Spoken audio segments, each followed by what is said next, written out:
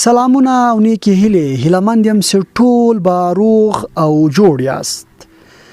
درنو اوریدونکو غواړم په دې لړۍ کې د پیغمبرانو کیسو په نوم یو مهمه لړۍ در سره شریک کړم.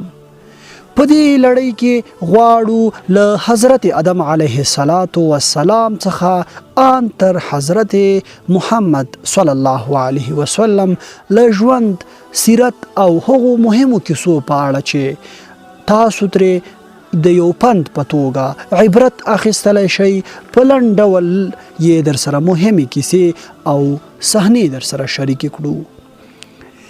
په دې لړۍ کې لومړی د حضرت آدم علیه السلام کیسه ده چې تاسو یې اوریدو ته رابولو.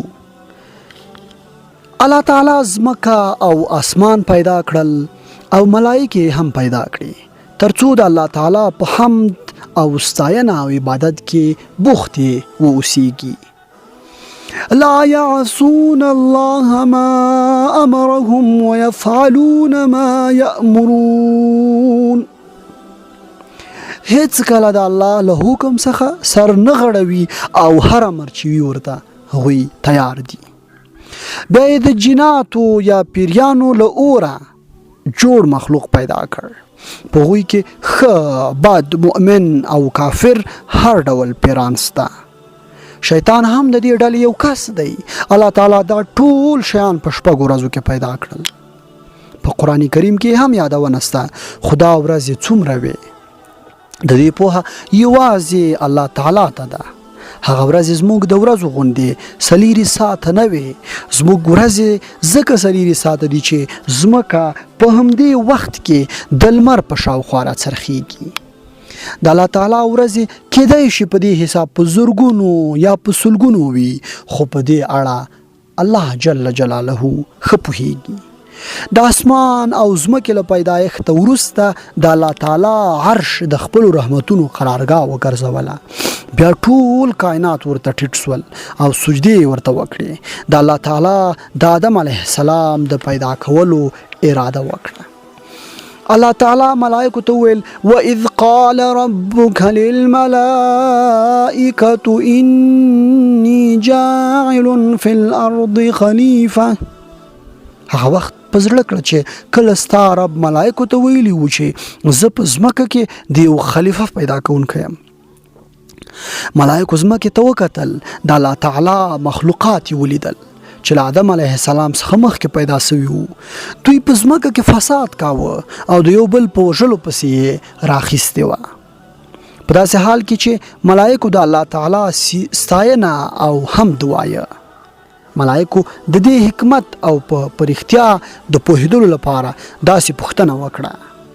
قالوا اتجعل فيها من يفسد فيها ويسفك الدماء ونحن نسبح بحمدك ونقدس لك.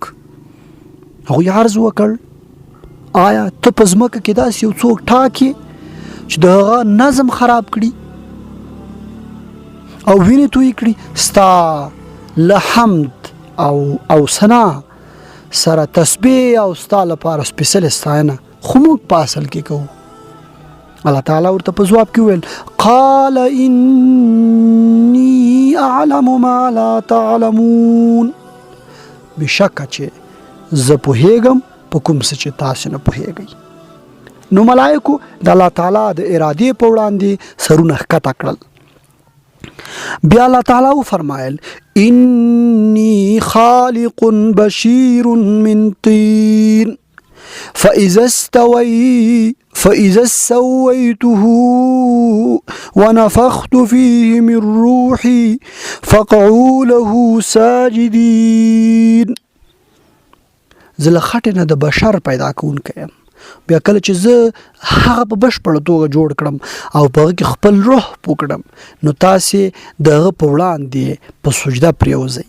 الله تعالی په خپل قدرت له ځمکې خاوره واخیسته، اوبه یې پکې واچولې، نو هغه خاوره نرۍ خټې شوه.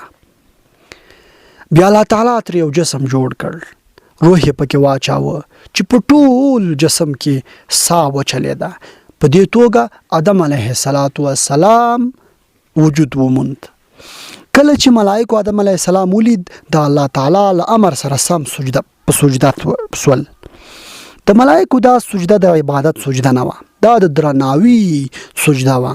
ټولو ملائکو سجده وکړه مګر ابلیس علیه اللعنه سجده ونه کړه.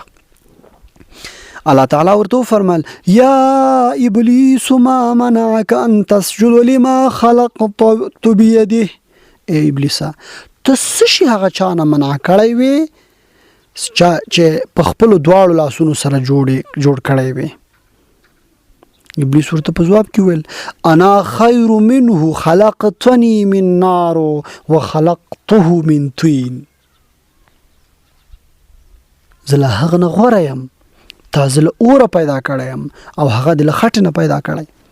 الله تعالی ورته فرمایل فخرج منها فإنك رجيم وإن عليك لعنتي إلى يوم الدين. خنو لدې ځای ووځه، ته رټل سوی او پر تا باندې د جزا تر ورځې پورې به زما لعنت وي.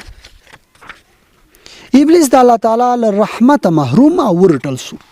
د په زړه کې آدم علیه السلام سره غټه کینه پیدا شو او په خیر اده وکړه چې آدم علیه السلام ته به دوکه ورکوي، د الله تعالی نافرمانی به پرې کوي او د الله تعالی له احکامو به مخالفت ته هڅوي.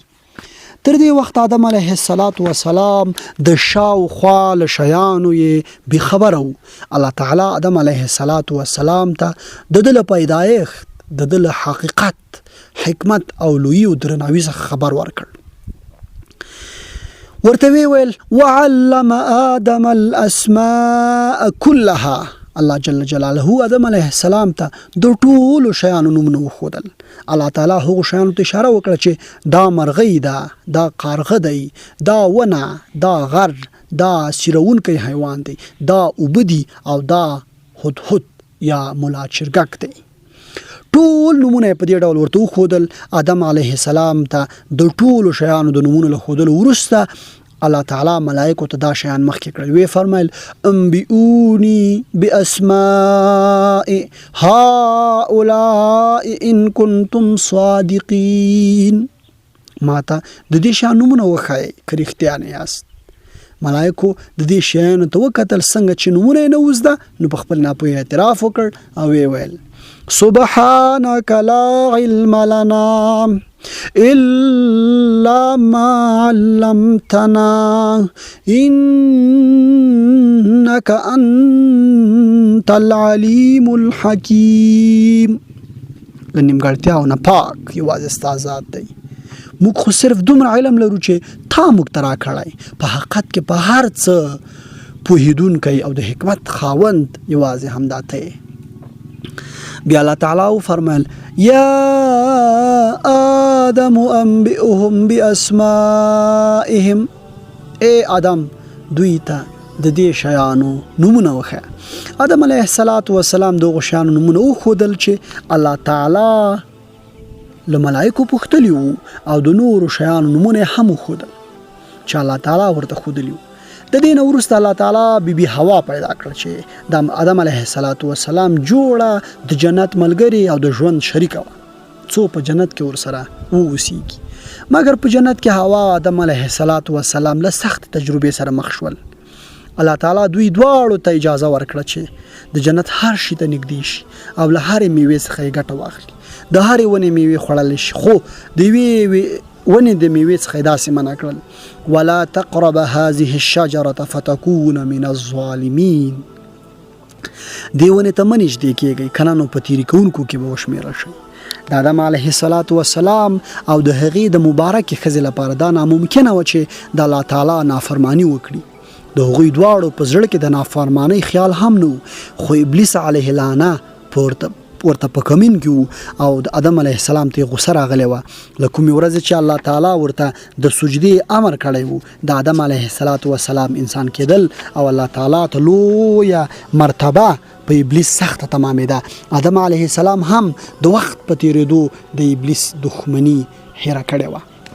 ابلیس په وسوسو اچولو پیل وکړ او وی ویل تاسو پوهیږئ چې الله تعالی تاسو ولې له دې ونې منع کړی یاست دا ستاسو لپاره دایمي او تلپاتې ژوند ونه یا شجرة الخلد ده که تاسو د دې ونې میوه وخورئ نو تاسو به کله هم مړه نسئ او د خپل شاوخوا ملایکو په ډول به ملایکې درنه جوړه سي ابلیس کله د آدم علیه السلام او کله د بیبي حوا په زړه کې وسوسې اچولې چې د دې ونې میوه وخوري خیر دی که الله تعالی حرامه کړې ده په پای کې ابلیس په خپلو کوښښونو کې بریالی سو او یو ورځ حوا له دې ونې دانه یا میوه وشکوله آدم علیه السلام ته یې ورکړه او دواړو له دې منع شوې ونې میوې څخه خوراک وکړ ځکه هغوی هیره کړې وسې د دې ونې میوه حرامه ده او د هغوی دې ته پام نه و چې دا کار په هغوی ابلیس کړی دی چې د دوی دښمن دی او په زړه کې یې کینه ورته په ټوپونو ووهله کله چې دا میوه وخوړه آدم علیه السلام ته شرمندګي